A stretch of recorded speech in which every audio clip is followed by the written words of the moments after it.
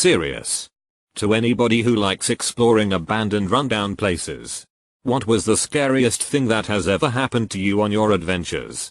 Me and two of my friends were exploring some woods on the outskirts of my city when we were around 12-13 years old. These woods had old barracks in them that were used during WWII but are completely abandoned, overgrown and run down now. To actually get to any explorable barracks you had to go quite deep into the forest and up some very steep hills in which you use the trees' roots that grow down them to climb up. This was the first time me and my friends had ventured this deep before, so all were pretty excited at seeing how far we could go and how big the place actually was. Eventually, we came to a cross path and we chose to go down the right side. We had to squeeze our way through some tight stinging nettle bushes, but luckily we all had long clothes on to protect us. We stumbled out into this huge clearing area where right in front of us was a huge building that had a massive entrance in the side. We were all astounded as we didn't realize any buildings this big were in this forest and we hadn't seen any real abandoned places before. Of course we decided to go in and check it out, and inside it stretched quite deep and was very dark. Being young we were all pretty nervous to actually set foot any further than where the natural light from the opening spread to. We hung around the entrance for a bit, messing around, echoing our voices and such. Eventually one of my friends is looking off into the darkness with a very frightened expression on his face. Me and my other friend turn to him to ask him what's the matter, and he says, "Guys, I swear I just saw a face or something in the dark over there." Me and my friend, thinking he is trying to just spook us out, tell him to stop messing with us, we aren't falling for his tricks. That's when it happened. The loud scream of an adult male fills the entire building, amplified by the echo. With that, me and my friends look at each other absolutely terrified and let out shrieks ourselves. We bolted towards the bushes in which we came and start making a break straight back the way we came without looking back. We must have run for a solid 10 minutes straight without even stopping. Those huge steep hills I spoke about earlier, we literally jumped down and just slid down them, getting covered in dirt. We finally reached the edge of the forest and stopped running. We never did find out who was in there or why, but considering how young I was, it was definitely one of my most terrifying experiences. Traveled to this lighthouse on one of the only undeveloped stretches of California coast, aptly and scarily named the Lost Coast. It was the middle of winter, the opposite of tourist season. I drove by myself to hike the Lost Coast alone. Hadn't had cell service in an hour at least while driving to the trailhead over bumpy and partially flooded roads. Hike down the coastline through the mist and eventually come across a house on the coast that looks empty. But while walking near it, I start hearing noises that sound like doors opening and closing. I start running and realize that there is a large creek outlet into the ocean between myself and getting away from the house. I wade through, get soaked, and then about 100 yards down the beach I look back to see an older man looking down the beach towards me. I'm already extremely creeped out and realizing that if someone wanted to kill me out here, I'm dead basically. Further down the beach, I can see the lighthouse through the fog and I keep heading towards it. The building to the left in the picture is what I came to first. But it was getting dark and the building creeped me out. I braced myself walking past it and noticed that covering the far wall were many white handprints. I'm sweating bullets now. Absolutely terrified and scurry past the building towards the lighthouse. I peered into the windows of the lighthouse from a distance. But I couldn't make myself go into the building because in my mind, anything could be in there. Eventually, my terror subsides a bit and I continue down the beach. The lighthouse is out of sight if I turn around and it's getting late. So I'm thinking about where to set up camp. While I'm turned towards the ocean, I heard what sounded like a man's loud scream come from back towards the lighthouse. Didn't sleep a wink that night. I look at abandoned foreclosed homes for part of my job, walked through about 2,500 in the past 4 years. The time I got scared the most was in an abandoned home. All windows and doors boarded up and the house was very rough, ransacked and had lots of debris. I got in and was taking photos of all the rooms. I made my way to the basement, very dimly lit from gaps in the boards covering the windows, and upon turning the corner I see a man standing in the back corner of the room looking back at me. I yelled in fear and jumped back only to realize it was a floor-to-ceiling mirror and a reflection of myself. This was when I was a kid. Maybe 12/13 back when me and my 4 cousins were little hellions. They lived out on a ranch and we would ride 4-wheelers to a bunch of abandoned buildings in the country all the time. One time we came across a bridge and decided to stop and enjoy the view. It was a beautiful day, I should mention. Sun was shining. Birds were singing. And the water in the river looked amazing rushing under the bridge. Then we noticed something strange. There is a metal wire tied to the rail of the bridge and hanging down into the water. Of course curiosity got the best of us. So we decide to pull it up and see what it was all about. We pull up a deer skull. A huge one too. With large antlers and everything. Mind you, this is not within the timeline of hunting season at all. Then my cousin says, "Look over there." We see what looks like an axe stuck in the middle of a tree stump down by the river. We walk to the end of the bridge and hike our way down to the river, and lo and behold, this is not an axe.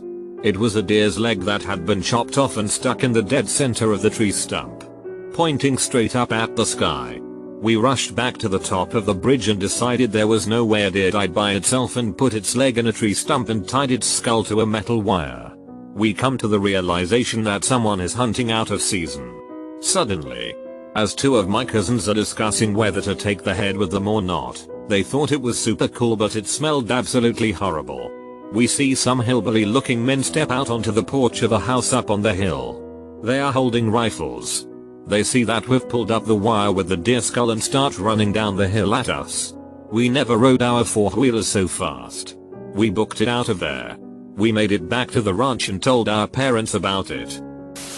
About 10 years ago I was exploring an old rundown hotel in my city with some friends at about 3 AM. The property owners were having serious troubles with squatters, so they had put razor wire everywhere. I was wearing thin jeans. I was 18 and stupid. I tripped on some steps and thought some of the razor wire had just caught on my jeans. We keep going and get inside. Soon I realize my leg is wet. And I don't just mean wet. It is soaked from the knee down. It's dark as hell. So my buddy shines his flashlight on my leg and it turns out it's blood. I have to drop my pants in front of everyone to see where it's coming from. Right above my knee is this little cut. Squirting blood. We all start cursing. One of the girls pukes and has to turn away. Fortunately my buddy, incidentally the one with the flashlight, takes off his belt and sweatshirt and makes a pressure pack for it and gets me to lay down with my leg above my head for a bit. After a while we decide we have to hike out of there and quick before security comes back for their rounds. So we tighten the belt and we hike out of there. I had to take my pants all the way off because I didn't want to rip them over the sweatshirt. So here I am walking out of this hotel and into the subsequent neighborhood to where our car was parked in my boxer briefs holding my leg. Soaked in blood from the knee down. Ended up going okay. Sewed it up at home with help from dude with the flashlight. He was a nifty friend to have around. Razor wire is nothing to F with. This was a few years ago, but there was an abandoned cookie factory in my city. We found out if we walked down some train tracks you could get in through an unlocked side door. So me and 2 other guys went exploring. We entered the basement and wandered through. It was obvious people had been there before by the "Shtai Hail Satan" graffiti tags all over what was a locker shower room. Anyway, we come to a ladder going up to the next floor and I proceed to go up it and realize when the company left the building they had sectioned this portion of the building off. The ladder went up and had a curved rung on it. So they had take a large piece of plywood and cut holes in it to fit in through the rungs and laid it on the floor to block it off. I get to the top. Lock my legs on the ladder and push hard on the plywood and it comes up. There on the floor about 6 inches in front of my face was a glass orb. It was reflecting. There in the darkness. I'm looking at my own face and what I can make out with my light. I just stayed there for a minute expecting something to come out of the darkness and tear my effing face off and pull me up the ladder. So I took a breath. Lifted the plywood. Slid underneath onto the floor and assumed the effing Wolverine stance. Like that was going to save me from the deranged murder ghost of the abandoned cookie factory. The 2 guys I was with get up the ladder and we look around. We found a 6-foot tall T-Rex and toys and all kinds of stuff. Old children's museum exhibits. By this point if you live in my city, you most likely know where I was. The cookie factory had a nearby children's museum and they held old exhibits for the museum in one of the empty wings in the factory. Maybe for a tax break or something. I guess since the factory shut down, they blocked that part off and hoped they'd forget about it. There used to be this abandoned asylum in the woods by the park near the house where I grew up. The main building above ground had been torn down but the basement was still there and you could enter it through a small window that was just big enough to crawl through. The furniture and some medical stuff was all still down there. I was too afraid to go through the window but my friend wasn't. He was down there for about 5 minutes before he screamed and jumped out of the window. He said something was chasing him. We could hear it down there scurrying around but none of us wanted to get close enough to the window to look with the flashlight. A few years later a woman got attacked near there by a gaze of aggressive raccoons. Naughty children get sent to the raccoon asylum.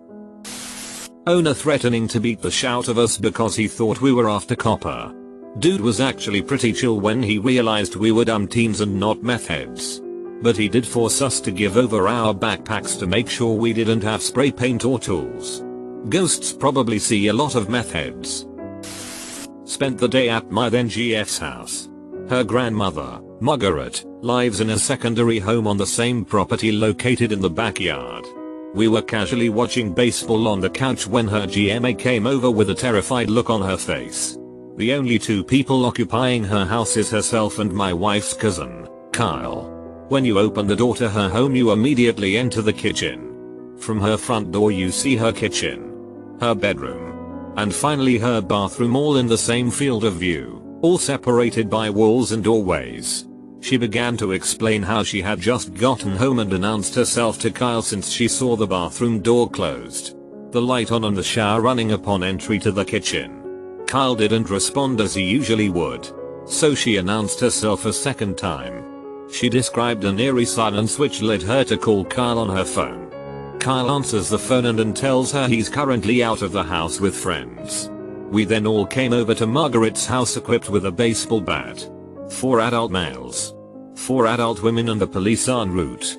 Father-in-law, skilled boxer, went up to the bathroom door, tried to open it, but notices the doorknob is being held stiff on the other side. We all know the door is locked. Show is running. Light is on. And the sink was also running. Unable to open the door he steps outside still waiting for the cops. Kyle now gets home extremely enraged about the situation. He takes off his shirt as he stops towards the bathroom door and starts to threaten whoever was in there. But still no response. 2 police finally arrive and also notice the light is on. Shower and sink running. They announce themselves outside the bathroom door as loud as possible with guns drawn. Officer 1 tests the doorknob and violently opens the door to clear this tiny bathroom. No one is found inside the bathroom. The bathroom window is 4 inches height x 12 inches length. A leprechaun wouldn't be able to clear that. The officers noticed the light was turned off. Shower was off. Door wasn't locked anymore. But the sink was still running. They were as terrified as we were and told us we experienced something supernatural and there wasn't anything they could do. Clearly, extended family came down the next day curious about the situation. My wife's brother recreated the situation to his aunt at Margaret's house to let her know how it all went down. He turned on the shower, turned on the sink, the light, and left the door unlocked for dramatic reasons. He announced himself like the police officers didn't open the door. Both shower and light turned off.